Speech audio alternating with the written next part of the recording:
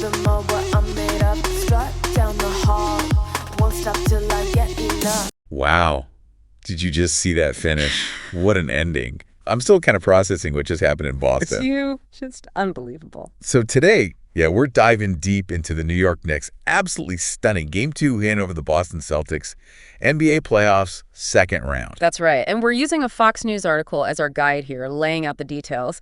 Game 2, remember, this is in Boston. Yeah. And our mission really is to figure out how on earth the Knicks pulled this off. I mean, coming back from 20 points down. Again. For the second straight game. How does that even happen? Okay, let's try and unpack that because, the improbability is just staggering. 1 20-point comeback, okay, maybe a fluke, a shocker. Right. But twice. Back-to-back games against the Celtics. It almost defies logic. They did it in game 1, down 20, clawed back, and then, bam, game 2, same thing. It really does. And the article points to something critical in this game, too. The Celtics offense. It just evaporated in the fourth quarter. Evaporated is a good word. Yeah. I mean, get this stat. Boston did not make a single shot from the floor after Peyton Pritchard hit that three. When was that? Like midway through? With 8.40 left in the game. So that's, more than 8 minutes? No field goals in the fourth quarter of a playoff game. Over 8 minutes. Yeah. That's just brutal. And the article says they were getting open looks, too. Exactly. That's what makes it so wild. It wasn't like the Knicks suddenly threw up a brick wall they couldn't penetrate. They had chances. So what do you think happened there? Is it pressure? Like after blowing the lead in game 1, maybe the pressure just mounted when things got tight again? That's a great point. You have to think the psychological element is huge. Game 1 slips away. Shots aren't falling in game 2. Doubt starts creeping in, maybe. Yeah, you start overthinking, maybe. Hesitating on those open shots. Could be. And while Boston was struggling, you had Mikal Bridges just catching fire for the Knicks. The article highlights him 14 points in that fourth quarter alone. He was huge. Seemed like he was everywhere, making plays. Definitely a catalyst. And then there was that massive shot by Jalen Brunson.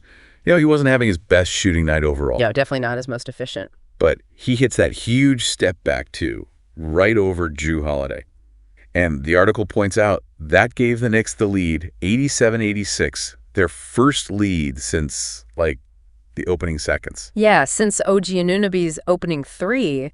Think about that momentum swing after trailing almost the entire game. That had to feel massive for the Knicks. Yeah. Okay, we can actually do this again. Oh, absolutely. Huge confidence boost. And for the Celtics, probably felt like, oh no, not again. More pressure. Right. And then things got really tense. Down the stretch, those last 2 minutes, Tatum comes back with that coast-to-coast dunk. Yeah, put him back up 90-89, just 18 seconds left. You thought maybe, okay, Celtics weathered the storm. Exactly. My heart was pounding just reading about it. But then Brunson, cool as you like, draws the foul on Holiday. On the drive, yeah. And just sinks both free throws. Ice cold. That composure is just, wow. Incredible under pressure. And then, you won't believe it, the final play.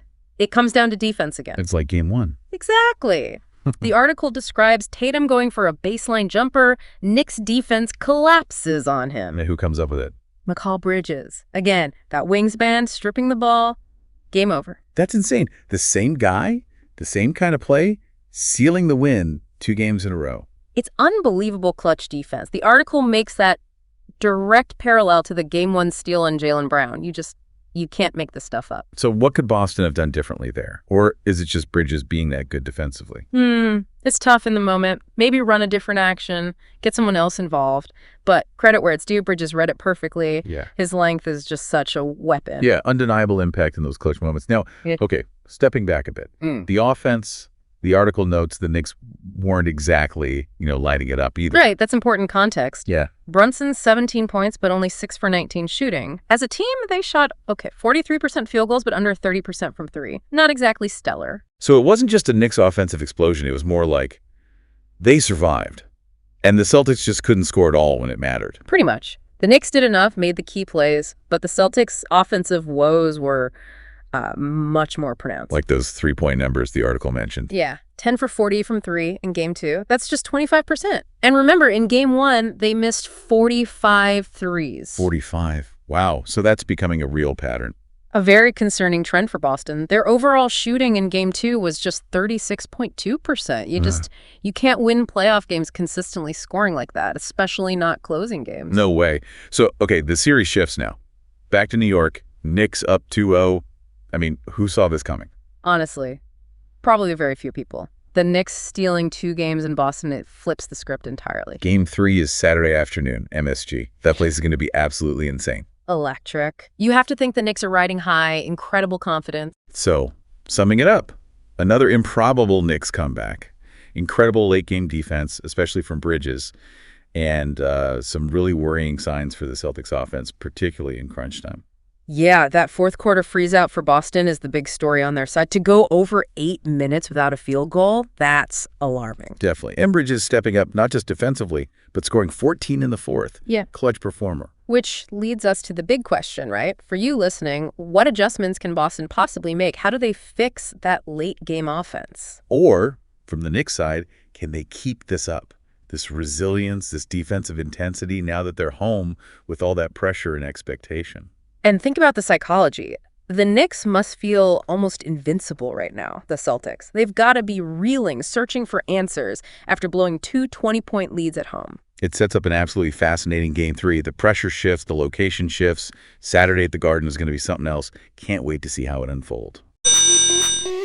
Sound the alarm. I'm coming up. We'll have a ball. I'm sweet like a buttercup.